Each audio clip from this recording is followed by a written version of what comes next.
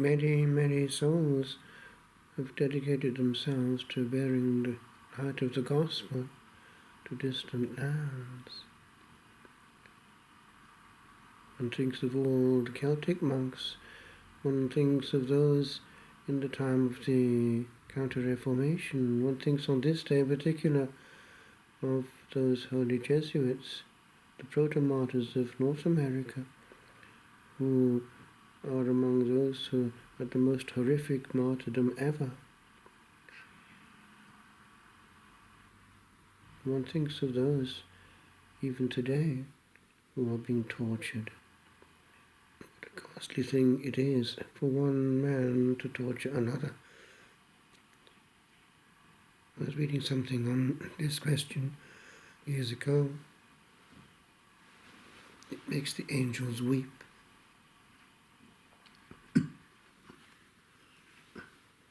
Torture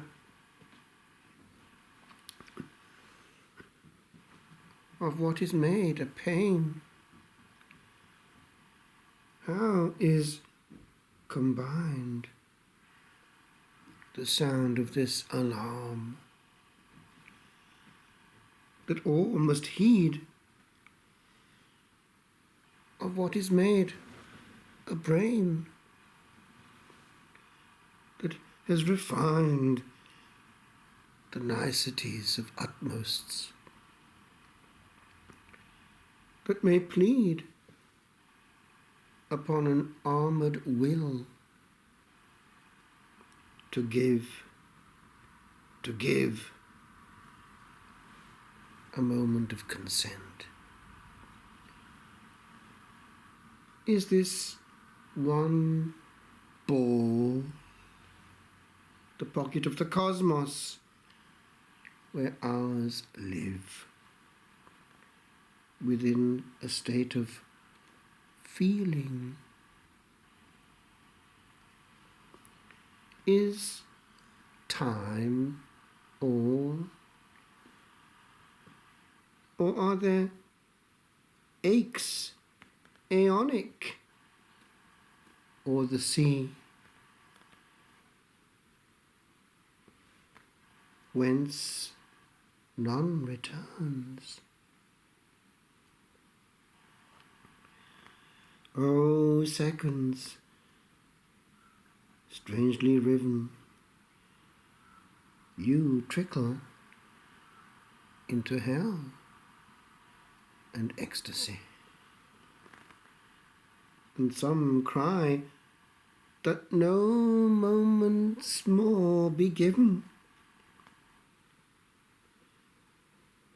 Mid cyclic paths where spheres moved in the void, there was but one where thought with feeling toyed.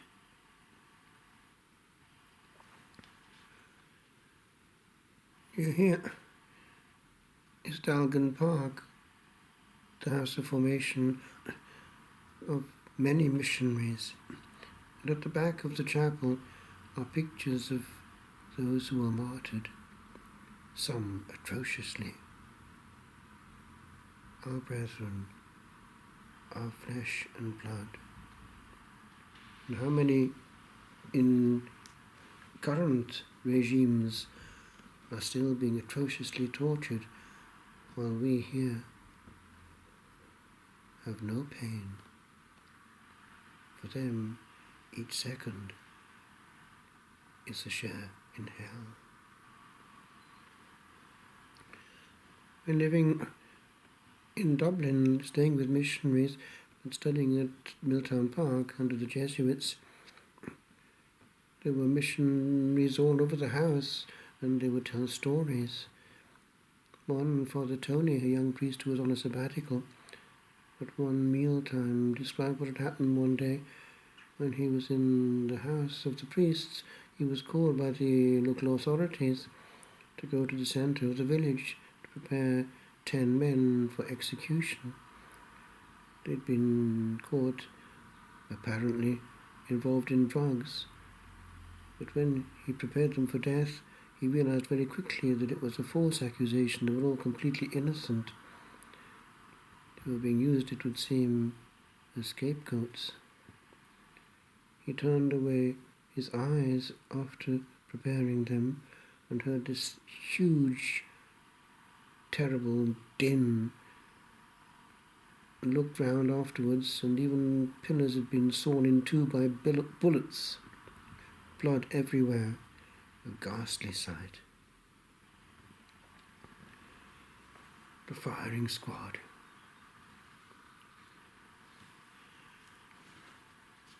They are but bullets between a living soul and what it heard and shifted, what it sensed as its accustomed home. And but a hole or two or three let fly a cry, condensed with all the pain of parting.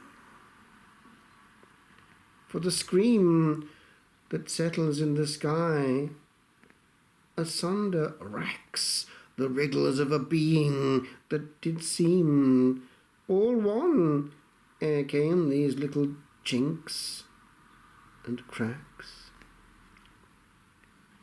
A bullet walks but once, and onward goes the naked roving of the spectred mind, with weight of memory laden, mid the throes of many hurting moments left behind.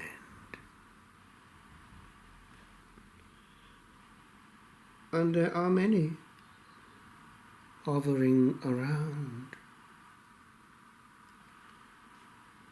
still hearing, but a distant, sharp